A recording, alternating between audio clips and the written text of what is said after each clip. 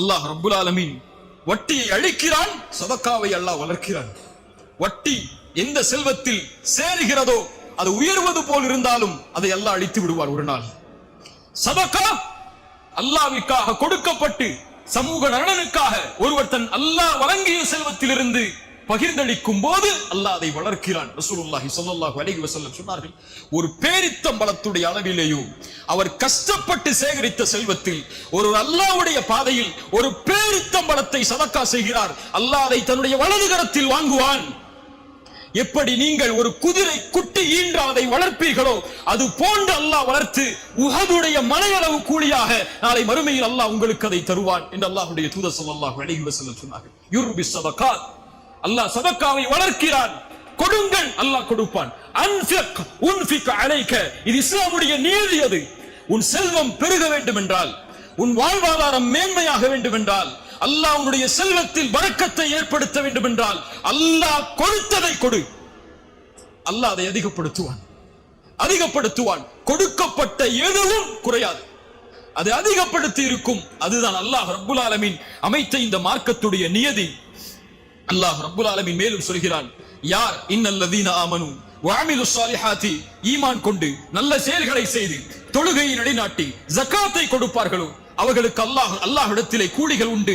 அவர்கள் எதை குறித்தும் பயம் கொள்ள வேண்டாம், எதை குறித்தும் கவலை கொள்ள வேண்டாம். மீண்டும் அல்லாஹ் ஜகாத்தை கொண்டு வருகிறான். வட்டியை அழிப்பதற்கு 2 ஆயுதத்தை ஒரு சமூகம் எடுத்தால் போதும், அந்த ஊரிலிருந்து, அந்த தெருவிலிருந்து, அந்த குடும்பத்திலிருந்து, அந்த சமூக சூழலிலிருந்து வட்டி நீக்கிவிடலாம். அந்த 2ஐயும் அல்லாஹ் வட்டிக்கு இடையிலே இணைக்கிறான். ஒன்று சதகா, ஒன்று ஜகாத். ஜகாத் என்றால் என்ன? சமூகத்தில் வாழக்கூடிய பலருக்கு ஜகாத் என்றால் என்னவென்று தெரியாது. முதல் எப்படி ஜகாத்தை கணக்கிட வேண்டும் என்று கூட தெரியாது அவர்களுக்கு.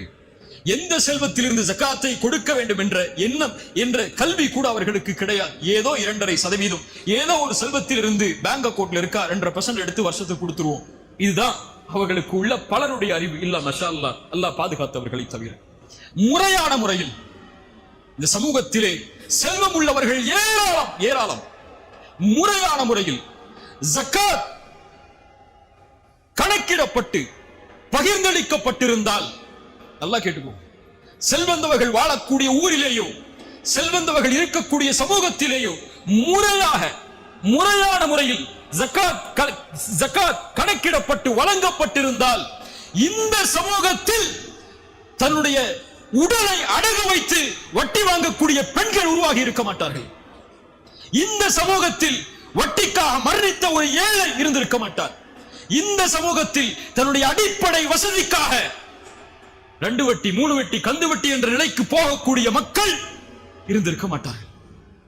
இது செல்வந்தவர்களுடைய பிழை மட்டுமல்ல, அதற்குரிய ஒரு கணக்கீட்டை அமைக்காமல் அதற்கான முறையை அமைத்து அந்த முறைப்படி ஏழைகளை கணக்கிட்டு அந்த சமூகத்தில் தரம் ஜகாத் கொடுக்கப்படுவதற்கு தரம் உள்ள மக்களை கணக்கிட்டு ஜகாத் முறைப்படி செலவழிக்கப்பட்டிருந்தால் இந்த நிலை வந்திருக்காது.